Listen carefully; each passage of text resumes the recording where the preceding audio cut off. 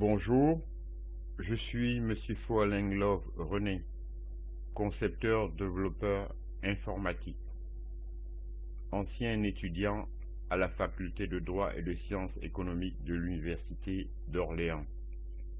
Aujourd'hui, dans le cadre du cours sur les étapes de la carrière de John Maynard Keynes, nous allons voir le retour au trésor. En mai 1937, Keynes est victime d'un malaise cardiaque dont il se remettra lentement. Pendant sa convalescence, il contribue à la diffusion de sa pensée, mais il ne devient réellement actif qu'en 1939. Le rythme de sa vie et les précautions qu'impose sa maladie le préserveront durant la Seconde Guerre mondiale de la suractivité qui minera la santé d'hommes plus jeunes. Il travaille d'abord sur la façon de financer la guerre sans créer d'inflation et publie le fruit de ses réflexions sous le titre How to Pay the War, 1940. Cet ouvrage est bien accueilli et Trésor, qui apprécie son idée maîtresse. Comment éviter de recourir à la planification pendant la guerre.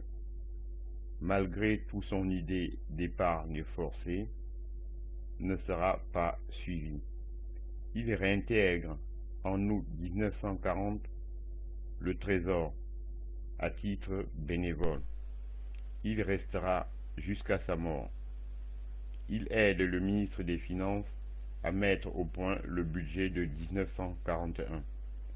Comme pendant la Première Guerre mondiale, il participe à la réflexion sur le financement de l'effort de guerre anglais, qui forme l'arrière-fond des négociations, qui déboucheront sur les accords de Bretton Woods.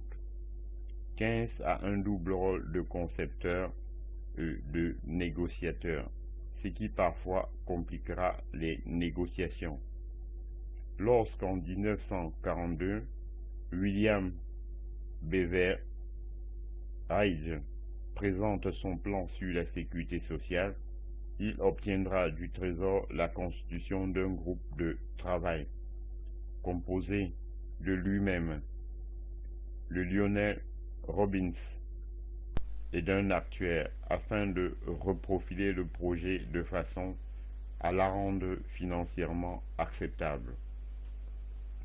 Durant la Seconde Guerre, les problèmes économiques sont du ressort de trois grands pôles.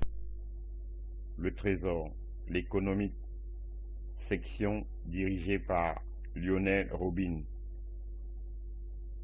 que seconde James Meade, et de façon moins influente, la Banque d'Angleterre.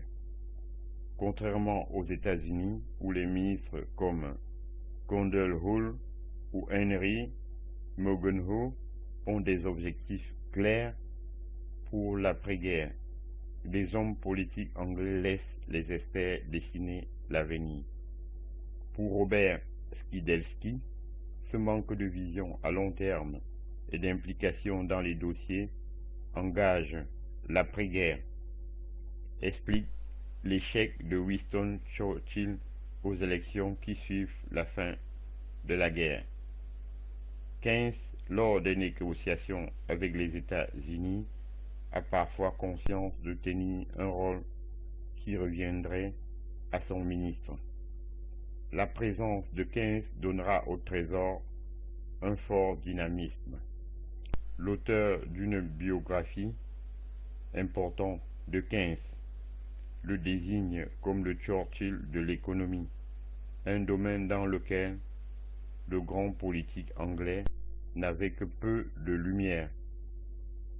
Dans les dernières années de sa vie, Keynes reçoit de nombreuses distinctions, devient administrateur d'Eton, est fait en 1942 sur proposition de Winston Churchill Lord. Il meurt le 21 avril 1946 sans descendance. Son frère fait disperser ses cendres à Tilton. sa résidence secondaire alors que John Maynard Keynes avait exprimé le souhait qu'elle repose à la chapelle du King's College. J'en ai terminé et je vous en remercie.